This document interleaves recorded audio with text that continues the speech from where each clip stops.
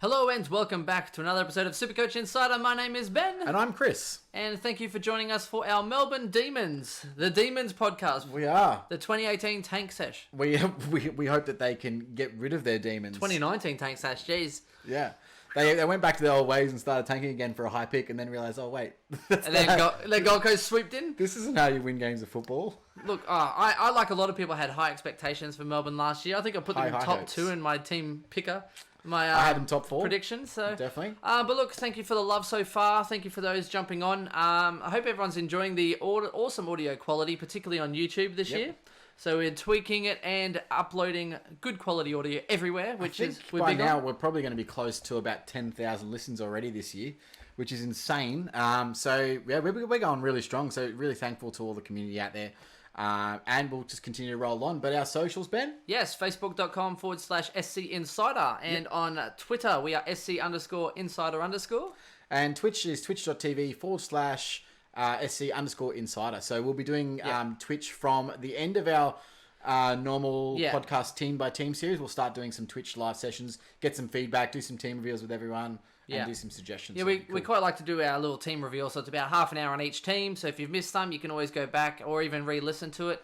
It's a good little way, particularly for drafters and for standard. You're kind of looking at the ones to watch throughout the preseason and some little key differences on who's overpriced, who's underpriced. But again, this year is all about paying the money because there's premiums and then there's a couple of people and then there's no one. Pretty much.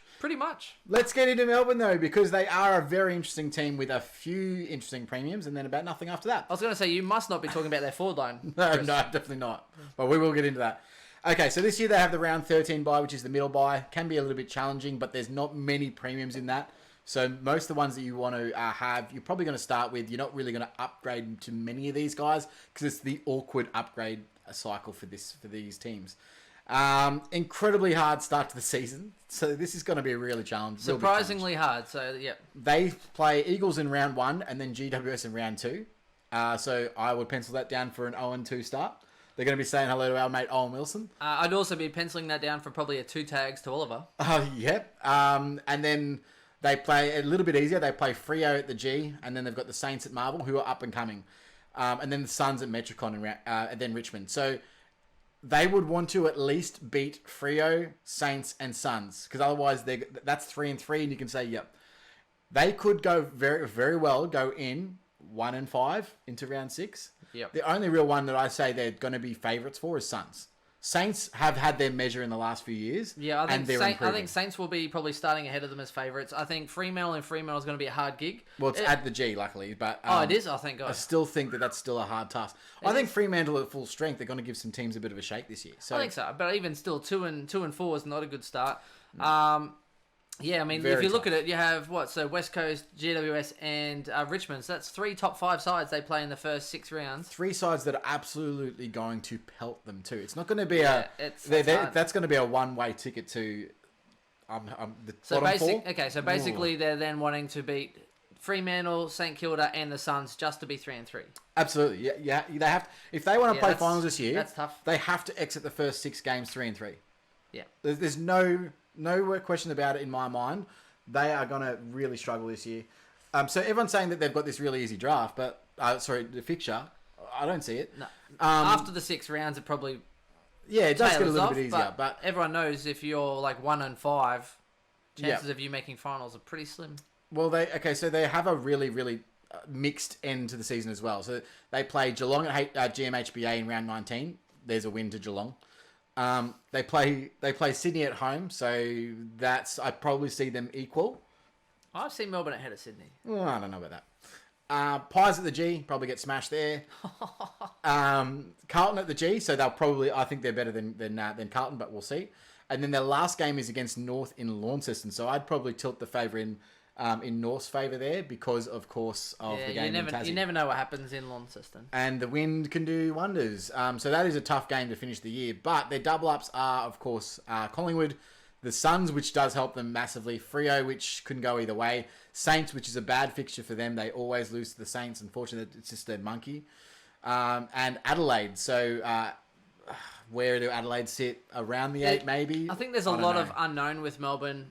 even that fixture, some of those at 50-50, you would kind of be like, well, they could be favourites or they might not. It just depends on they could win them or they could get trumped in every single one of them. That's the biggest problem with Melbourne this year is that no one really knows going to the season how they're going to perform. But well, it's easy to say, oh, they'll go back to their 2018 winning ways, but they don't have Hogan up forward either. And I know I don't want to put a lot on Hogan, but he was really key for their he was their most important wheel in their cog. And so they didn't replace him, and then they still haven't replaced him this year. It's just a massive fail for them in the forward line. A huge fail. That's a big red cross, and I honestly can't see Simon Goodwin I think he gets fired this year. Ooh. I think he's done, because I don't think Melbourne improve. So here's the thing. So an unbelievably bad year. They obviously finished 17th after a hugely promising 2018. And they made the preliminary final and they got absolutely whitewashed by the Eagles that year. But moving on. Huge injuries to key personnel. But it can't be understated, obviously, how important Jesse Hogan is. His loss was not replaced and felt throughout the team for the entire season. They constantly tried to plug that gap in the forward line and just with absolutely zero success. So the key indicator for that is Melbourne were actually 5th in the league for inside 50s, but they were number 1 in the league for clangers and 4th for turnovers. So they unbelievably turned the ball over when moving the ball forward. That's because they have no one to kick to. Their forward line is completely inept. Yeah. Their forward patterns are just useless. And even when they're clearing the ball, it's like Clayton Oliver, clearance, turnover. Yeah, they're pretty much just bombing it in. Even like Brayshaw. They have terrible uses by foot through their midfield and half forward. The only green light there is when Petraka's on, he's on. Yeah. And that's why he'll never play play midfield. Sorry, if he starts playing midfield, their forward line's shot to pieces. They didn't even draft for forward talent this year. I just don't see. Well, their number 1 pick though is that Ruckman, who I'm thinking will play forward. Yes. So they might throw an extra tall down there, so that if he plays tall, or maybe Tom McDonald will be the first one. He might then play the second, and then Wiedemann. Tom McDonald had a stupidly inconsistent year last year. Yep. I mean, again, battling. Apparently, he's injury. a point of difference. He's the worst pick ever. Melbourne are in shambles in their forward line. Don't pick any Melbourne players in the forward line. I would applaud anyone for picking Tom McDonald. Now, their pressure inside the 50 wasn't too bad. So they did actually have some decent smalls. They were 3rd for tackles inside 50. It was just their efficiency going forward. You know why they had to tackle Chris? It's because they never had the fucking ball in their forward 50. That's true. It was in there, but they would just turn it over. Again, when they had stoppages in there, Oliver... high tackle numbers inside 50. Yeah, they would still get good tackles inside 50. Oh, yeah. It was mainly around stoppages because they had such a dominating presence when they had gone on the field. So many times I watched them, though. That ball leaked like a sieve. They kick it in there, the ball comes to the ground, and then they're just too slow. Out you go. It was really, really terrible. It was painful. The other stat that's important, 16th in contested marks. Just their inability to be able to take a contested mark and move the ball forward or actually convert that into a goal. They just never ever got the forward line is so bad. I can't stress this enough that they will not be able to move forward this year without a structured forward line. Now, part of that, unfortunately, was also part of the 666. So the year that they were really good, they made the top 4. They had a completely different system to everyone else in the league, and they started their wingers off half-back, and they had 4 half-back flankers, and 2 of them literally ran straight up the guts to provide support coming through the midfield. So what would actually happen is you'd have someone like an Oliver or a Brayshaw that they would get the clearance, but it's a handball out to a good user like Salem or Fritsch or someone like that who could use the ball good and efficiently going inside 50. And they had a shallow forward 50 because they had so much space without 6 forwards. This year, they couldn't do that, of course. So instead, they're doing hack kicks into the forward 50 to a congested forward 50, not able to take contested marks and not enough space for them to do anything. I think this year's going to be more interesting than last in that we knew what the kick-out rules were going to be. Yep. And the 666, but teams weren't sure how they're going to set up. Do you know what I mean? So at least now, I think it's going to be very interesting where clubs have had a 12-month look at what other people did and how they did things and what they can change. I think this year's going to be even more interesting because they've had a time to settle in. They've had time to strategize. They've had time to talk and work on their game plan because it's hard to work on a game plan halfway through the year. Well, you can't change it. I completely agree with you. So either one of two things to me has to happen. The forward line was so dysfunctional that I think they need to replace whoever the forward coach was or at least restructure their coaching department so that they can get an efficient forward line happening. They need to do something. Even like Richmond had the one tall at one point with all the smalls with the pressure. They need to do something. But even Jack Rewalt's great. If he doesn't mark it, he brings it to ground. So it's they need something. They need to do something differently. So, or restructure the way that they move the ball. because that's the other thing. So get your on-ballers who aren't efficient kickers to start handballing more. Clayton Oliver needs to go back. He actually increased his kick-to-handball ratio, but that didn't help him overall and didn't help the team. Maybe Trelaw should give Oliver his boots that we sent him. Yeah, the two-way boots. The two-way boots. Oh, I like them. Yeah, and then, because you know what happened then? We gave him the two-way boots and he hated them so much he had to run both ways, but he also gave the handball more often. True. Now, they had a lot of French players leave. How can Clary handball more? He's a handball king. No, he does. He actually improved his kick-to-handball ratio this year. Don't do that. But also increased his amount of turnovers and clangers. Yeah, so, don't do that. Oh, gee, I wonder why that was. Handball more, Clary. That's where you're at. All right, so in the off-season, Jordan Lewis retired, obviously. Corey Maynard retired. Jeff Garlett was delisted. Declan Keaty was delisted. Tim Smith retired, which is unfortunate because he actually had a bit of impact for them when he came in and played a role forward. Sam Frost obviously went to Hawthorn, so probably doesn't make too much of a difference to the list there because they had obviously Lever come back from injury. May, hopefully, with a decent preseason, can lock down that centre-back position. And they also have Oscar McDonald. So they've got enough tall defenders. They didn't really need Sam Frost there anyway. And he's a liability by foot. Jade Kennedy-Harris was delisted after having years on the list and not really doing much. Billy Stretch was also delisted. Showed a little bit of something, but not enough to really warrant anything. Guy Walker retired. Never heard of him. And they did get Adam Tomlinson and Ed Langdon. So Tomlinson from GWS and Langdon from Freo. Big inclusions. Tomlinson has been working his way back in the rehab group, though. Yep. So I don't know how much of an impact he'll have straight away. Hopefully he'll get at round one. I think with Tomlinson, he's a semi-answer to their forward solution because he can play forward and chop out in the ruck. However, he's never, even at GWS, he's never really been a real goal kicker. No, I think he's really more wing. He's like a much better wing. A tall wingman. 100%. I honestly, I want him on a wing, but I don't think they'll play him there. No, I think Tomlinson and Langdon could go wing and Tomlinson wing forward. I think Ed Langdon 100% plays wing, and Yep. I think that there's a chance that he improves his output in terms of Supercoach, but I don't think that he's valid Supercoach because he's mid-only. He's priced at 85. I think you get those two inclusions though. You then bring in who was the first one of their first? Not their first pick. So you get the ruckman. Hopefully, maybe if he Luke gets Jackson, a good. yep. And then big tackle McGee. Pickett.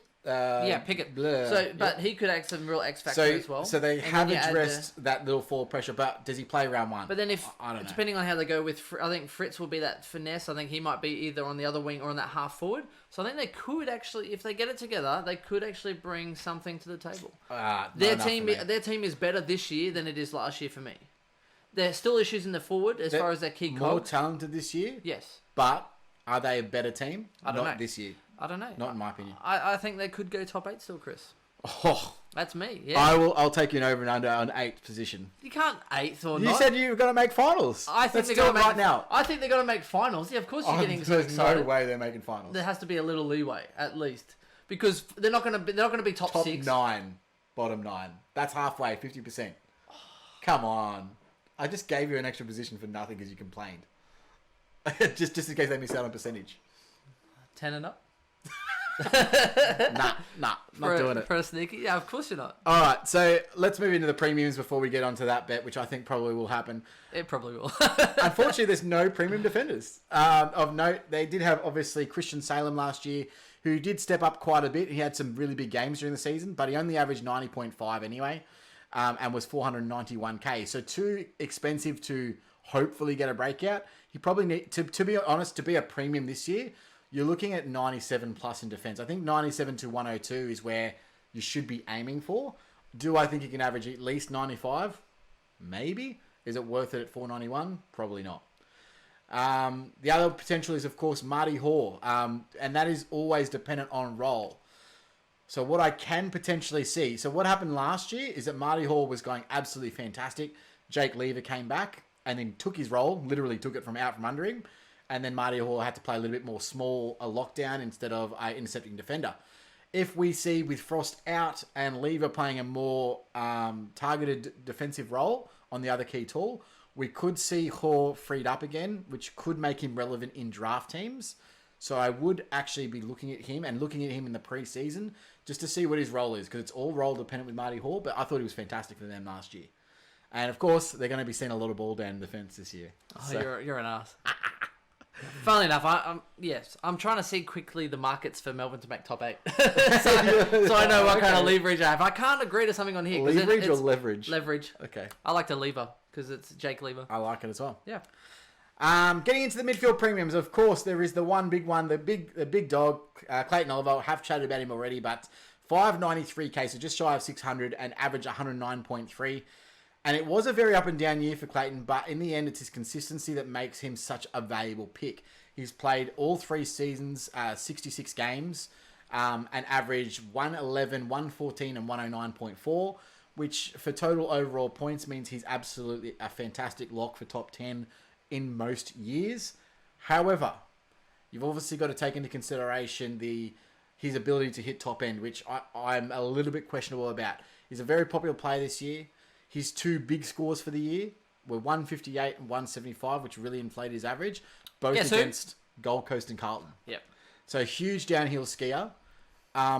He obviously plays Gold Coast this year, which does help. Pays them twice. So there could be a couple of massive games to help inflate his average. I suppose what that means to us is great VC option in those games where they're playing really weak opposition. Yes, it'll be interesting. If Gold Coast, they might strengthen up a little bit, but you look at Treloar went massive against Gold Coast as well. Clary did as well. So for me, with their tough draw, I don't mind probably maybe him being an upgrade option to possibly get a big 170 score in the back end of the year to help bring up the average. Yep. I like Clary. And I like Clary as well. I think with their hard start to the year, I think it's one of those ones where he's consistent enough. I think his price will stay around the same. I'm thinking he might get tagged by maybe Hutchinson or definitely De Boer. And De Boer. Which is interesting in itself. So and it could be a price dropper. Absolutely. Here's the key, though, for Oliver, and why I'm not picking him. I do think that he's going to probably be a 110 average anyway, regardless of what we say. Yeah. So I will probably upgrade to him. I think that he's going to be my last midfield upgrade. However, why I'm not starting him is pretty simple. He had a career high last year in a few different categories, but most notably disposals, contested possessions, and kicks. So he's already pretty much at his peak. He hit 30 disposals last year. If his type of player is not really a guy that averages 35 possessions like a Tom Mitchell. It's more about the contested nature of his game. How he improved it the previous year, when he only averaged 29, was he was high in score involvements and goal assists. So he actually was more efficient last year and averaged 1 less clanger. So, to me, the only way that he improves is if Melbourne's forward line can improve, where he can be more involved in scores and scoring change and goal assists. Instead of coming back out, he gets goal assists or inside 50 to a mark instead of an intercept. Take a few marks and kick and convert them into goals. All of a sudden, Clary's average goes up to 114, 115. So by that point, you're saying is then you're going to have a good look at the first half of Melbourne. Absolutely. To then determine whether Clary is more viable. To me, they haven't done enough to warrant their forward line being an improvement on last year. Yeah. If there was even one, like if Luke Jackson comes out in the preseason and absolutely smashes it, and is taking contested grab after contested grab, and looks to be a very, this would be a complete anomaly for a tall to be dominant in his first year, then great. You know, I think I can see that happening, but I don't see them having better marking power. I don't see them having better forward presence. I don't see them having better leading patterns. Like, it's a huge thing for them. They need to completely revamp the forward line. That's weird, Chris. Are you spending all your off time down at Melbourne training?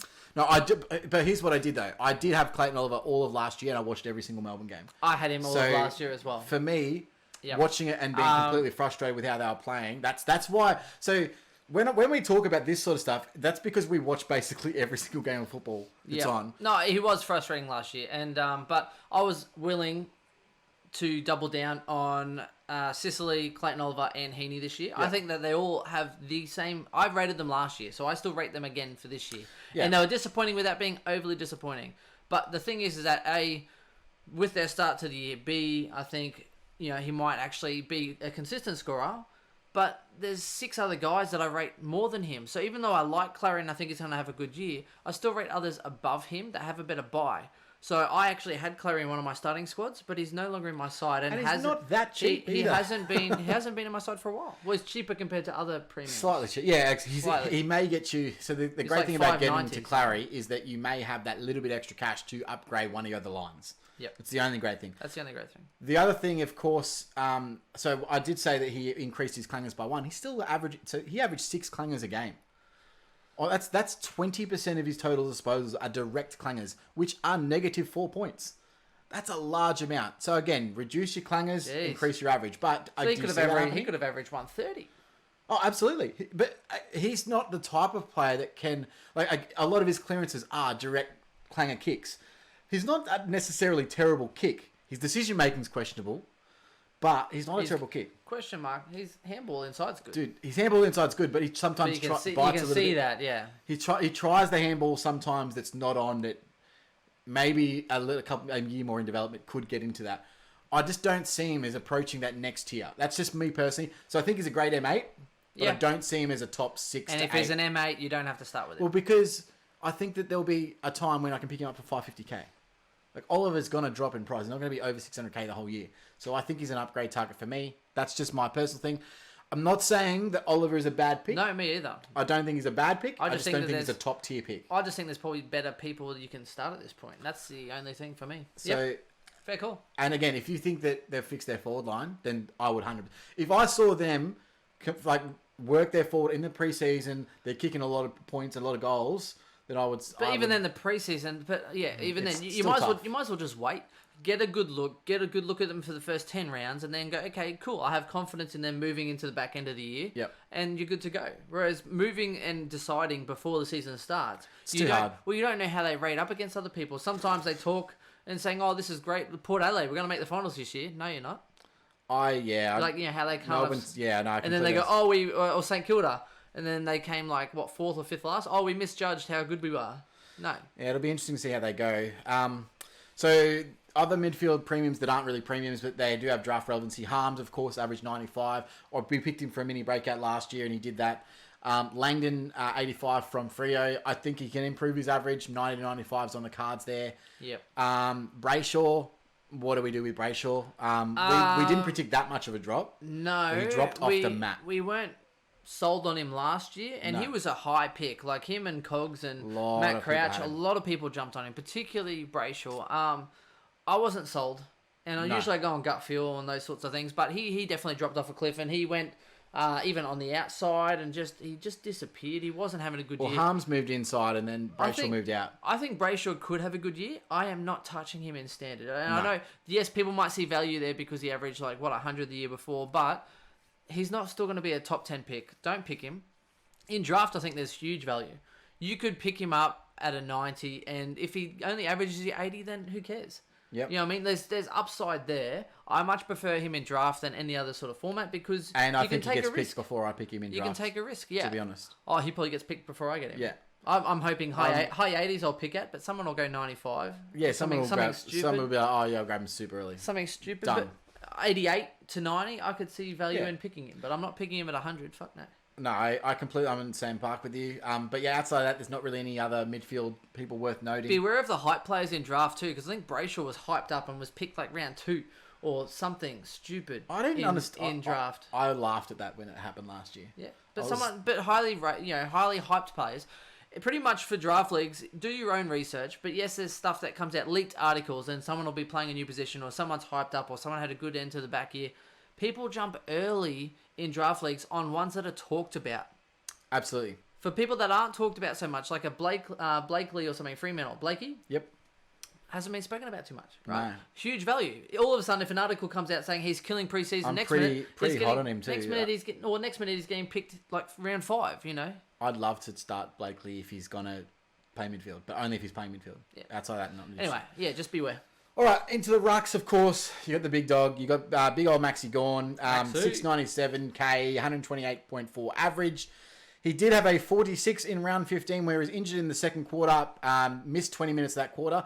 He did come back on, but only had 67% time on ground. Yeah, pretty much. So whether you consider that, didn't he? Yeah, absolutely. It wasn't jumping. No, it wasn't. No, and basically he was literally he couldn't even take the mark. He was just trying to get the ball out. I don't even know why they put him on the field.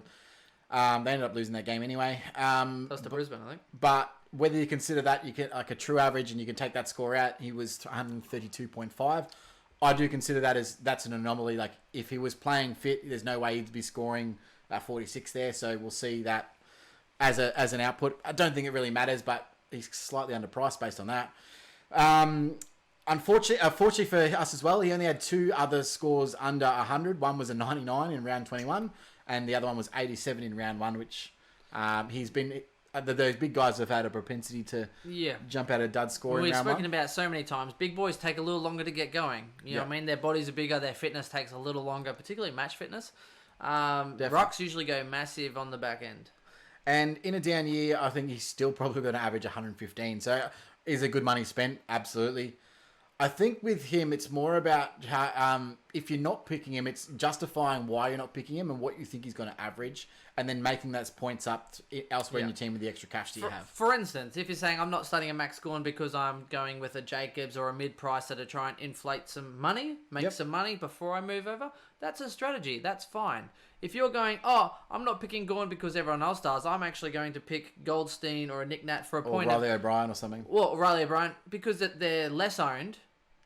Even though I said, are they going to be competing in terms of points per game? You need them to be essentially... Arguably not. You need them to out-average Max Gawn. Yeah. Or you need to have it so close to his average that the money you spent elsewhere has made you more points on ground. Gained you But either elsewhere. way, you need to make more points if you're not having Max Gawn and if you're not starting a mid-price to make cash. So to me, nutshell. I think 70% of teams, like competitive teams, will probably start with Gawn. And the other ones that try and take that little bit of a risk, again, I'm not necessarily against taking that risk, but don't pick another premium ruck that's only going to save you 100k or 130k. Like, I don't understand a Goldstein pick because you're probably not going to gain the points and the money's not going to really make too much of a difference on your team. Yep. And you probably then will have to get Gawn in at some stage anyway. So it doesn't make sense to me to be starting another premium ruck that's not Gawn. Particularly if you're going for overall. So if you're playing against a mate and you want to back in Goldstein over a Gawn, then do as you will. But yeah, that's fair. Like, I don't expect it to win you. It might win you occasionally, but I don't, To me, the only other strategy is starting a mid-pricer that's going to make you money and you'd be able to reallocate those funds to gain the points per round on your team. Outside of that, Gawn and Grundy to me are the and we covered this in the GWS podcast. The only one we see is Jacobs, and again, you're kind of handcuffing yourself in that if he gets injured, you pretty much have to sideways to another dodgy pick, or find the money somehow 300k to go up or 350k to go up to a Gawn, which you're not going to find in the first 2 months of footy anyway. Yeah, exactly. And I mean, again, he only sub-tons twice, and it was 87 to 99. Getting under 600k for someone like Max Gawn is going to be a struggle. I think we've been blessed the last couple of years, #blessed, for the fact that we've had premium rucks back it up. Where normally you'd have Jacobs was there 1 year, Steph was there for another year, but we've got two dominant ruckmen at this point in time, which is unseen of usually for people that back it up and be top two after top two. Absolutely. The biggest reason for that, in my opinion, is the fact that they changed the ruck tap-out rules, which... it leveled out scoring for the guys that seriously get hit-outs to advantage, like your Gawn and Grundy, that are at like absolute top tier. They're going to level out their scoring to be a consistent average. So it's not as reliant on their possessions or how the team's playing. It's are you a good ruck or not? Yeah. Grundy's a little bit different because obviously he gets a lot of his points as well accumulate from his possessions around the ground. He's kind of like a second midfielder. Yep. But with the amount of clearances that they've been able to get and the hit-outs to advantage that score, like... Quite often, Gawn will go on a 50, 60-point quarter. Yeah. He'll start on 20 points, and then at halftime he's on 90. Like, that's how good he is. So, it's all... And, again, do you really want to be that guy that's betting against Gawn? I don't want to be betting against Gawn, because if I don't start Gawn, I'm going to be watching the game, and I just know my luck. I'll be watching it, my opponent's going to have Gawn, and he'll be on 90 at halftime, and I will be cursing the screen so hard. I'd rather back someone like that in, and if he gets injured, you're going to be like... 60% of the competition and be able to just trade them out anyway to someone else. Great captain option as well. Yes, and that especially against weaker rucks. Very valuable. Anyway, so getting into their rookies, which covers... there is, by the way, forward premiums, there is none. But you could potentially make an argument that Petrarca is a forward premium. He's been a forward premium for the last 3 years, hasn't he? No, but he's only averaged 81 this year. I did write it down, but I can't see him to find it anywhere. Here we go. So average 81. Again, I don't see him moving out of that forward line because they're so bad in the forward line. I can't see him moving into the midfield. And McDonald averaged 71. So I'm not taking a risk on any of those. I think T-Mac's got draft value. He has averaged 90. He has averaged 96. I'd pick him up in the mid-80s, and you'd be pretty happy. Same with Petrarca. I mean, he could probably average 90 in a good year. Yeah, I'd happily pick up Petrarca at he's at 81 average. I'd pick him up at like an 84. Yeah, something like that. 85. You know, you kind of. I think again because of his name. He's pretty consistent. Yeah, I he'll think he goes. He'll go 85. Someone might even get daring. But again, don't pick someone at a 90 average if you expect them to average 90 when they only averaged 80 the year before. You pick them halfway and get some value. Yep. Now on to the rookies. So not much to really talk about, but they did take 3 picks that they hope will all play this year. So the first one, like we've mentioned, Luke Jackson is a 198k ruck, which makes him completely irrelevant for standard. Yes. But he was taken at pick 3. He was viewed as a bit of an odd selection, and the main reason it's believed that he was taken, obviously you got Max Gawn there, why do you need another ruckman, is because the key forward stocks of this year's draft was pretty low. The talent pool was pretty low. So he's actually viewed as a better forward than most of the actual forwards. So they're thinking, okay, well, let's play him as a forward, train him as a forward, and then he can do a forward ruck chop Well, out. not only that, Max Gawn's in his peak. If this guy plays and learns a bit of forward craft and helps out, within a few years' time, Max Gawn will probably be done, and then he'll be they rate him pretty much to the Grundy standard. Yep. You know what I mean? Like, you're talking someone that does get contested ball. He's only been playing for not that long, actually. No. X Factor, flair, real good below his feet. He could be in a keeper league. If you don't get, like, say, a Rao or someone rather in a keeper league, this guy, Luke Jackson, could be an absolute effing steal. And not only that, after this year, he will be forward eligible, forward ruck, or just a forward. Next year, he's going to be a very valuable. He will kill it. And at some point, he will be a forward, and there'll be a year in there before he makes the transition into a full-time ruck. Yep. He will average awesomely. Ideal scenario for Luke Jackson this year for us is that he does not play at all. And then next year comes in ruck forward, 123k. No, he's playing.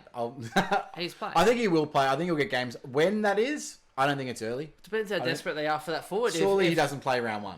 Maybe if T-Mac doesn't play, he's a big boy.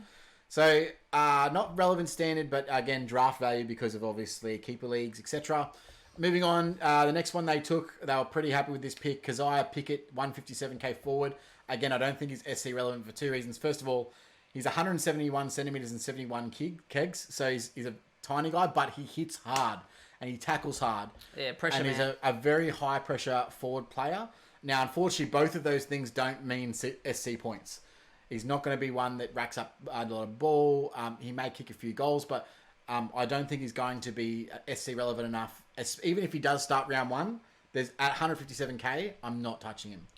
If he was 117 or 120, you might be like, yeah, cool. As a forward, if he's playing, then you'd be like, may not even in round 1, but let's say round 5 he comes in and then he plays 2 games, you get 2 games of score value, and you can make a call. But I think he's going to be a guy that averages 40. I think he could be highly relevant for the team, but again, they need his player. They need him. But is he ready? Probably not. He doesn't have the frame to really play AFL football yet, to my opinion. So they're going to be heavily building that up. So he may not. I don't think he plays round 1, and he probably plays sometime during the season. But that doesn't fix their immediate problem. No. Which is, again, that's why I think it's just an odd pick, especially considering they took no rookies, and I'll explain that a little bit later as well. The one that may play and could play early is Trent Rivers. He was pick 32. Guy from East Fremantle, highly touted but lacks endurance, unfortunately, so they have to work on his tank. He's 188 centimetres and 85 kilo utility. Better size? Better size, accumulates the ball, kicks goals. His one big issue is that they don't know where they'll play him. So he played half-back, wing, on ball, half-forward, a little bit everywhere. And he's sort of a jack of all trades, master of none. Now, that's a problem at AFL level because he hasn't really nailed down a spot. So where he plays in his role is going to be important for SuperCoach. But young enough that if he spends time in an AFL system, they might actually nut out where his best position is. The problem with that is we want to see him at round 1 because I think he's a guy that could debut. He could. But as a defender mid, where does he play? Does he play forward to the ball? Because then it might not be worth getting him. So very heavy preseason watch. Yeah. I think that he might play round 1, but it'll depend on his form in the preseason and his role as to whether he'll be valuable. That's fair. Harley Bennell I wrote about, and then today he's just popped a calf. Again, has he? So, I'm not sure if it's a calf, but he's definitely injured. He injured himself today, which means that there's no way he's getting on an AFL list now. Unfortunately, he was not actually listed by Melbourne. He was training with Melbourne, and they did not. So Melbourne have had. They didn't choose any extra picks there. They left 2 list spots open to sign someone up before preseason. They were hoping that was going to be Harley Bennell, and then that left him with 1 spot on the mid-season draft, which happens obviously. Now that Harley Bennell's not there, so we could see another potential state league footballer come into that team. Possible. If he doesn't get picked up. And I don't know. I don't think Depends they're on his injury. Oh, look, I feel bad for the guy now, but I can't see them. He came over and all the issues and like, look, we'll give you a look in, and maybe you had a good block together, but then all of a sudden another issue comes up, and you're like, well, do you know what I mean? It's going to get to a point where it's going to cost them more money to have him at the club and more money and resources to try and fix him, when you already know that he's pretty well busted. Yeah, it's The only way I see Harley actually getting on a list is if he then goes away, gets his body right, which he's I got to think take a year off. Got to take a year off. Go play some state league footy. Well, that's what I meant. Like, as in, if he got his body right, played some state league, played a lot of the season, showed some flair, got real comfortable, like confident, and then you bring him back in. Let's say he plays Waffle for a year, or whatever, whatever it may be. If he got a year somewhere else, he'd get offered a contract. Absolutely, back on, guaranteed. 100%. I think that's what he should be doing. And I mean, you can make decent money in their state leagues. Like, they pay for play. Like, you can get a good contract if you're playing. Yeah, if you're playing. Yeah, it's true. But yeah, upsetting for Benell. So preseason watch, really the only ones there, rookies. I think Rivers is probably the most important one. I don't think there's... Watch their forward line to see what sort of dynamic they're going with. See if they're actually going to improve this year. Outside of that, I can't see much movement. A lot of unknowns. I really hate to be negative on Melbourne, but I just don't. I can't see it. Like, in my opinion, restructure your team. Like, get someone down there that can take a mark. Grab a guy from a state league that's going to be able to take some contested grabs. Yeah, they need something. They just didn't do anything. Well, yeah, and the funny thing is there's so much unknown that it is really a wait and see on Melbourne, because they could really improve or they might not get it right, which is the funny part. And I actually have a real good mate of mine that's a big Melbourne fan, like huge, was there when they gave away the 50-metre penalty and lost the final kick. So... A couple of years ago, he was giving me a bit of crap because Brisbane sucked, and then last year, I did not let him know. I didn't let him stop knowing about it. Swings and roundabouts, mate. That is banter with the boys, right? Yeah, banter, basically. When Collingwood were 13th 3 years in a row, do you think I was keeping quiet? Yeah, it was. Now I'm like, hey, bitch. Pies, man. Hey, bitch, we lost a grand final thanks to that's also sucking. Dom Sheep. Anyway, that pretty much wraps us up for Melbourne. If you have any other thoughts, please do let us know. Contact us directly. We are pretty good in our socials, particularly Facebook, not so much on Twitter as far as messages, because some of them get blocked by walls and things. But I don't know what's happening with Twitter. It's a bit random. Anyway, Facebook, usually I'll keep an eye out. Chris is pretty slack, and it's funny because he is on Slack. That's true. So, well, in my defense, obviously I am getting married next week. We've said this before, but it's true. I have been absolutely flat stick with these wedding preparations. It's true. So I do apologise to everyone out there. Yes, and for those of you wondering, no, we aren't getting married. I see this man enough as it is. Not that he doesn't want to. Oh. It's not about choice. All right, guys. We'll catch you later. All right. Bye. Bye.